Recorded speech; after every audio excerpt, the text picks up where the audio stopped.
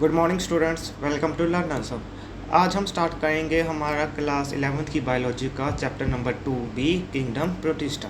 Last time हमने इसके characteristics और रिप्रोडक्शन, न्यूट्रिशन एंड रेस्पिरेशन के बारे में बात किया था। आज हम बात करेंगे इसके एग्जांपल्स के बारे में। तो चलिए शुरू करते हैं। सबसे पहले हम बात करेंगे टाइप्स ऑफ प्रोटिस्ट। प्रोटिस्ट के अंदर कौन कौन से ऑर्गेनिजम्स आते हैं। सबसे पहला ऑर्गेनिज्म है हमारे पास डाइनोफ्लैजिलेट्स। डाइनोफ्लैजिलेट्स कौन से तरह के प्रोटिस्ट हैं? Dinoflagellates are mostly marine but also found in fresh water. सबसे ज़्यादा ये मिलेंगे हमें मेराइन में और कुछ मिल जाएंगे हमें फ्रेश वाटर में। Their distribution is related to the temperature, pH and depth. मतलब कि इनकी डिस्ट्रीब्यूशन कि ये किस इलाके में कितनी मात्रा में मिलेंगे, ये सब चीज़ों पर डिपेंड करता है कि उस जगह का टेम्परेचर कैसा है, वहाँ का pH कैसा है और वहाँ पर डेप्थ कैसी है। Dinoflagellates are unicellular having a eukaryotic cell. सभी के सभी प्रोटिस्ट में ये बात कॉमन है क्या कि जो भी हमारे पास प्रोटिस्ट हैं वो सभी के सभी सिंगल सेल से बने होंगे और होंगे क्या, यूकैरियोट, मतलब कि वेल डेवलप्ड न्यूक्लियस होगा।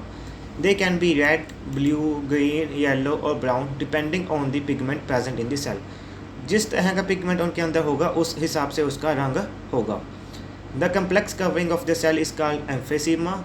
It has flattened vesicles. उसके अंदर कुछ कम्प्लेक्स कवरिंग्स होते हैं जिसको हम कहते हैं एम्फिसीमा। इसके पास क्या होती हैं, फ्लैट एंड वेसल्स, मतलब कि फ्लैट हुई वेसल्स होती हैं। फ्लैट एंड वेसिकल्स को हम एल्वियोलाई भी कहते हैं और ये प्लाज्मा मेम्ब्रेन के अंदर मिलेंगी। रिप्रोडक्शन की बात करते हैं कि डाइनोफ्लैजिलेट्स में रिप्रोडक्शन कैसे होती है। ये रिप्रोडक्शन करते हैं primary asexual through binary fission. मतलब कि मेन कौन सा रिप्रोडक्शन फीचर है इनका, एसेक्सुअल, और उसमें कौन सी टाइप है, बाइनरी फिजन। सेक्सुअल रिप्रोडक्शन की अगर हम बात करें तो ये क्या बनाते हैं, जाइगोट, क्योंकि दो पेरेंट्स की ज़रूरत होगी। दोनों पेरेंट्स के जो गैमेट्स होते हैं वो जब मिलेंगे तो क्या बनेगा हमारे पास, जाइगोट। ये जो जाइगोट है ये रेस्टिंग स्टेज में भी हो सकता है जिसका नाम होता है डाइनोसिस्ट, और मोटाइल भी हो सकता है। मतलब कि ये इसका जो जाइगोट होता है वो एक जगह से दूसरी जगह मूव भी कर सकता है और नहीं भी कर सकता है। The zygote later undergoes meiosis to form haploid cell. जो ये जाइगोट बना है इसके अंदर कौन सी होगी, मियोसिस, जिससे इसके क्रोमोसोम का नंबर हाफ हो जाएगा, आधा हो जाएगा। हैप्लॉइड कौन सा होते हैं, जिसमें क्रोमोसोम का नंबर पेरेंट से हाफ हो। In unfavorable condition, vegetative cells of dinoflagellate fuse together to form planozygote। अगर कंडीशन अच्छी नहीं है इनके इलाके में तो ये क्या बना देते हैं, प्लानोजाइगोट। इसमें क्या होता है, it take in excess fat, काफ़ी सारी मात्रा में फ़ैट और ऑयल इनके अंदर हो जाता है, इनके अंदर चला जाता है, जिसकी इसकी शेल काफ़ी ज़्यादा हार्ड हो जाती है। एक बार फिर से समझिए, जब कंडीशन अच्छी होंगी तो ये क्या करेगा, बाइनरी फिजन। अगर कंडीशन बुरी है तो इसके अंदर काफ़ी सारी मात्रा में फ़ैट और ऑयल चला जाएगा इसकी बॉडी में, जिससे इसकी शेल बाहरी जो लेयर है वो काफ़ी ज़्यादा हार्ड हो जाएगी, ताकि ये बुरी से बुरी कंडीशन को भी अच्छी तरह झेल सके। डाइनोफ्लैजिलेट्स में अगर हम बात करें तो एक इनका स्पेशल फीचर क्या है, बायोल्यूमिनेसेंट का, मतलब कि ये अंधेरे में चमकते हैं। जैसे कि ये देख रहे हैं, ये पानी में डाइनोफ्लैजिलेट्स हैं जो नीला कलर दिखाते हैं। ये क्या है, डाइनोफ्लैजिलेट्स कौन सा कलर दिखाते हैं, नीला। देखिए कैसे चमक रहे हैं। इस चमकने वाले जीव को, जो जीव रात में चमकते हैं, उनको हम कहते हैं बायोल्यूमिनेसेंट। क्या कहते हैं, बायोल्यूमिनेसेंट। डाइनोफ्लैजिलेट्स में ये देखिए कैसे ये ग्लो करता है। डाइनोफ्लैजिलेट्स की एक और ख़ास बात है कि ये रेड टाइड भी बनाते हैं। मतलब कि ये देखिए पानी को कैसे इन्होंने लाल कर दिया है। Dinoflagellates sometimes multiply rapidly, resulting in population explosions of bloom।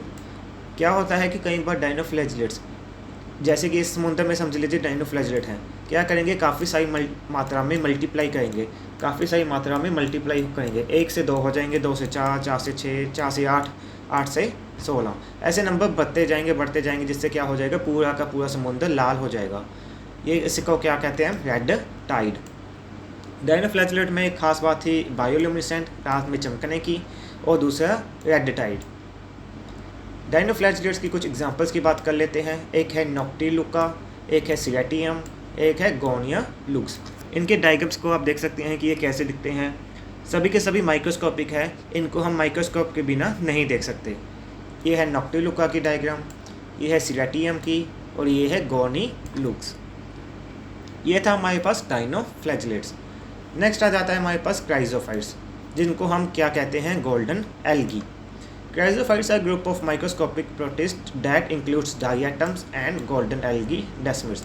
Chrysophytes में दो तरह के ऑर्गेनिजम्स आते हैं, पहला है डाइएटम्स और दूसरा है गोल्डन एल्गी, जिसको हम डेस्मिड भी कहते हैं। ये फ्रेश वाटर में भी मिलते हैं और मैराइन पानी में भी मिलते हैं। मोस्ट ऑफ द क्राइजोफाइट्स क्या होते हैं, फोटोसिंथेटिक, मतलब कि ये अपना खाना खुद बनाते हैं, किसकी प्रेजेंस में, सनलाइट में।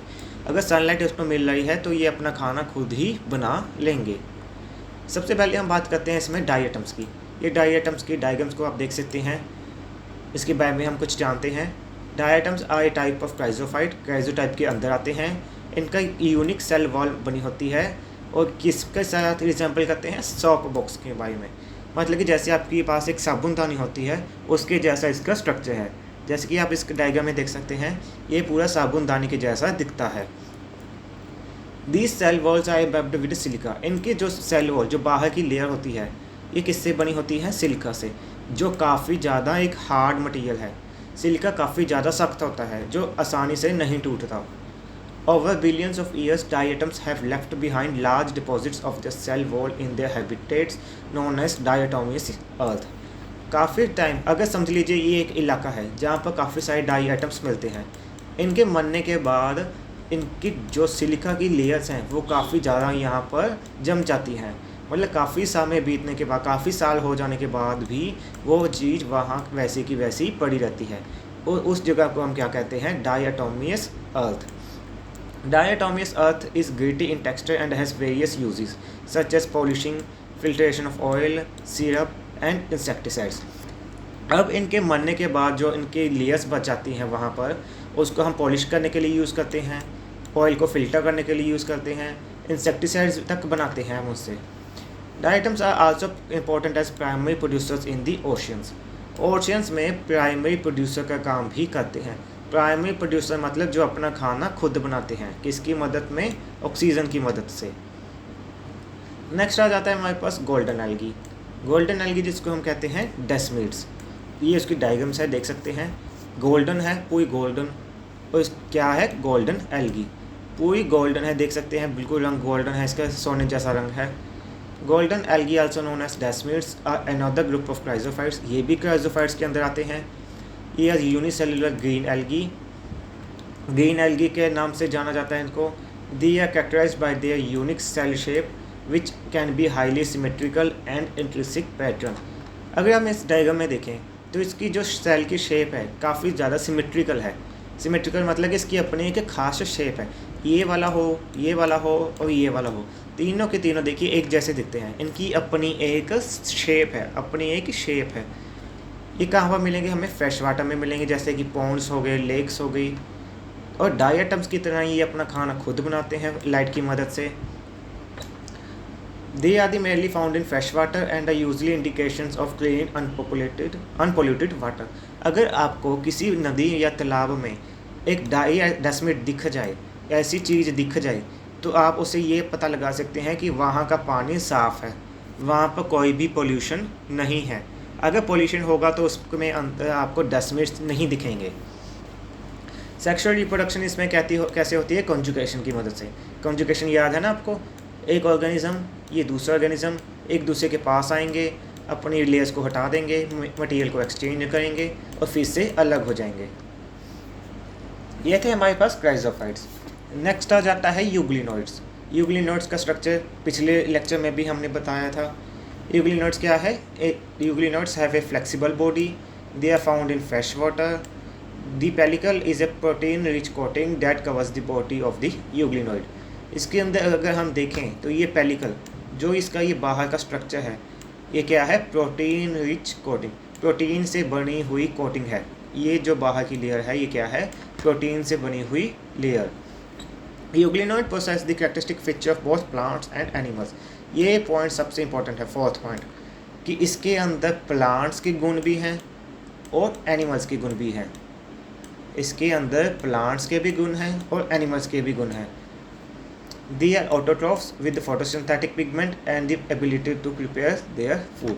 प्लांट का क्या फीचर है इसके अंदर कि ये अपना खाना खुद बनाते हैं। एनिमल का क्या फीचर है कि ये एक जगह से दूसरी जगह पर मूव कर सकते हैं। नेक्स्ट आ जाता है हमारे पास स्लाइमोल्ड्स। स्लाइमोल्ड्स दो तरह की होती हैं, ए सेलुलर और सेलुलर। ए सेलुलर और सेलुलर, इनके बारे में हम जानते हैं। पहले ए सेलुलर के बारे में देखते हैं।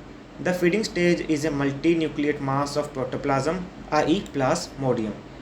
मल्टी न्यूक्लियट मास ऑफ प्रोटोप्लाज्म क्या है इनका फीडिंग स्टेज।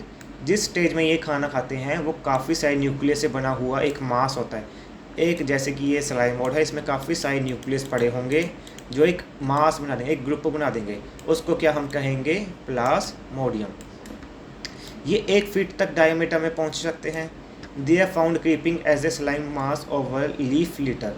अगर ये कोई लीफ है तो इसके ऊपर एक चिपके से हुए मिलेंगे हमें। When the food is scarce and the moisture is less, they produce asexually। ये asexually भी रिप्रोड्यूस करते हैं और सेक्सुअली भी करते हैं। asexually कब करेंगे, जब फूड क्या होगा, स्कार्स। एग्जाम्पल क्या है, फाइसेरम, क्राइबेरिया, लाइकोगैला, फोलिगो एंड ट्यूबीफेरा। ये थे हमारे पास ए सेलुलर स्लाइमोड्स। सेलुलर स्लाइमोड की बात करें, the feeding stage is a single cell amoeboid which lives as a solitary organism. इनके अंदर सिर्फ एक ही एमीबा जैसा ऑर्गेनिज्म होगा, सिंगल सेल से बना होगा, जो कि अपनी अकेले ज़िंदगी जी सकता है। इस सेलुलर में एक सेल के अंदर काफ़ी सारे न्यूक्लियस पड़े थे। They have a cross resemblance to amoeba. ये एमीबा के से बहुत ज़्यादा मिलते जुलते हैं। Individual cell feeds on micro organisms and other food matter while creeping on the decaying log. कोई लकड़ है, जब वो गल रही होती है तो उसके ऊपर ये क्रीप करते हुए मिलेंगे, मतलब कि उसके ऊपर ये फैले हुए मिलेंगे। कौन मिलेगा, सेलुलर स्लाइम मोल्ड। एग्जाम्पल्स की बात कर लेते हैं तो इसकी एग्जाम्पल है डिक्टियोसेलियम, एक्टियोस्टेलियम एंड पॉलीसाइफोडेनियम। इसकी डायग्राम की बात कर लेते हैं तो ये देखिए, ये क्या है हमारे पास, एक लीफ। इस लीफ के ऊपर देखिए ये कैसे क्रीप किए हुए मिले हैं, कैसे चिपके से हुए मिले हैं। ये क्या है, येलो येलो सा सब्सटेंस, ये है स्लाइम मोल्ड।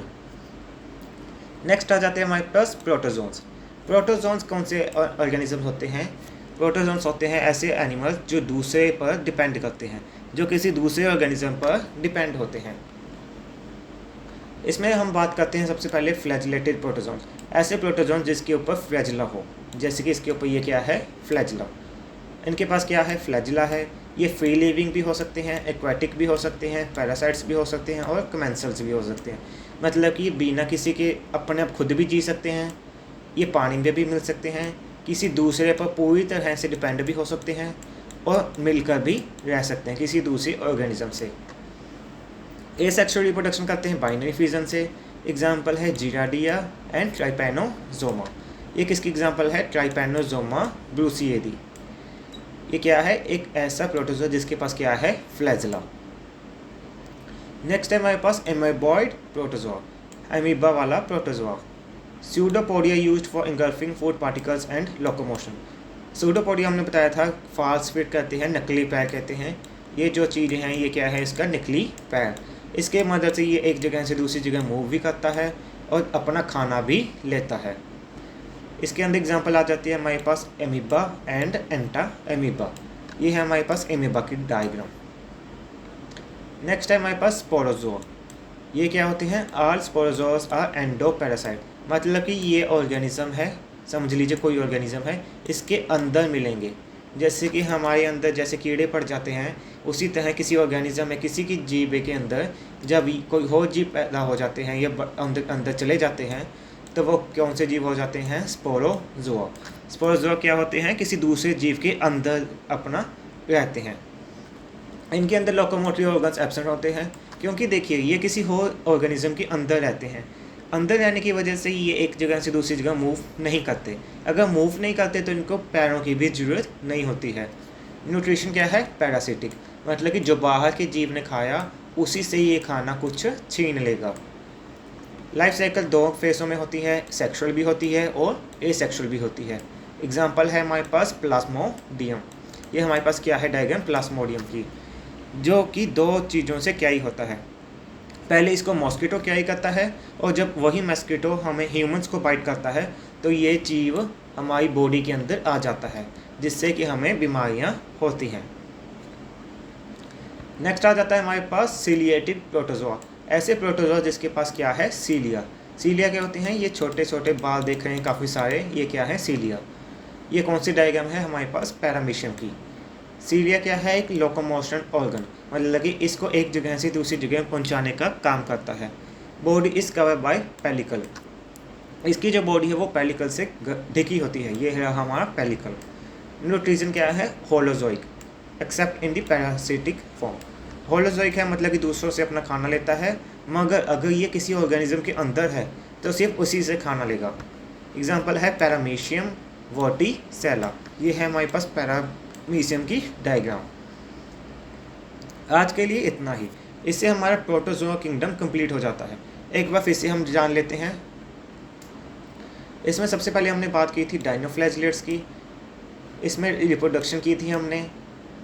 ये हमारे पास डायनोफ्लैजिलेट का एक फीचर है जबकि वो रात में चमकते हैं, और अगर काफ़ी सारी मात्रा में मल्टीप्लाई कर दें तो वो पानी को भी लाल कर देते हैं, जिसको हम रेड टाइड भी कहते हैं। ये कुछ एग्जांपल्स थी उसकी। क्राइजोफाइट्स, जिसको गोल्डन एल्गी भी कहते हैं, दो तरह के होते हैं, एक तो है डाईएटम्स और दूसरा क्या है, गोल्डन एल्गी या डेस्मीड। इसके बाद आ जाता है हमारे पास यूग्लिनोइड, जो प्लांट्स भी हैं और एनिमल्स भी हैं, दोनों के गुण इसमें मौजूद हैं। इसके बाद आ जाता है हमारे पास लाइमोड्स, जो कि ऐसे देखिए किसी ऑर्गेनिज्म या किसी लीफ के साथ जो कि गल रहा होता है उसके ऊपर ये चिपक से जाते हैं। उसके बाद आ जाते हैं प्रोटोजोन्स, जो मोस्टली दूसरों पर डिपेंड करते हैं अपने खाने के लिए। उसमें पहली टाइप है फ्लैजिलेटेड, जिसके पास फ्लैजिला होता है। एमीबॉइड, जो एमीबा जैसा दिखता है। स्पोरोजोआ, जो बीमारियाँ फैलाते हैं। सीलिएटेड, जिसके अंदर सीलिया होता है। ये सब थे हमारे किंगडम प्रोटिस्टा के टाइप्स, कि कैसे कैसे ऑर्गेनिज्म इस किंगडम में हमें मिलेंगे। नेक्स्ट टाइम हम करेंगे हमारा किंगडम फंजाई, जिसमें हम फंजाई के बारे में, मशरूम्स के बारे में पढ़ेंगे। अगर वीडियो अच्छा लगे तो लाइक एंड सब्सक्राइब को ज़रूर कर दें। Thank you very much.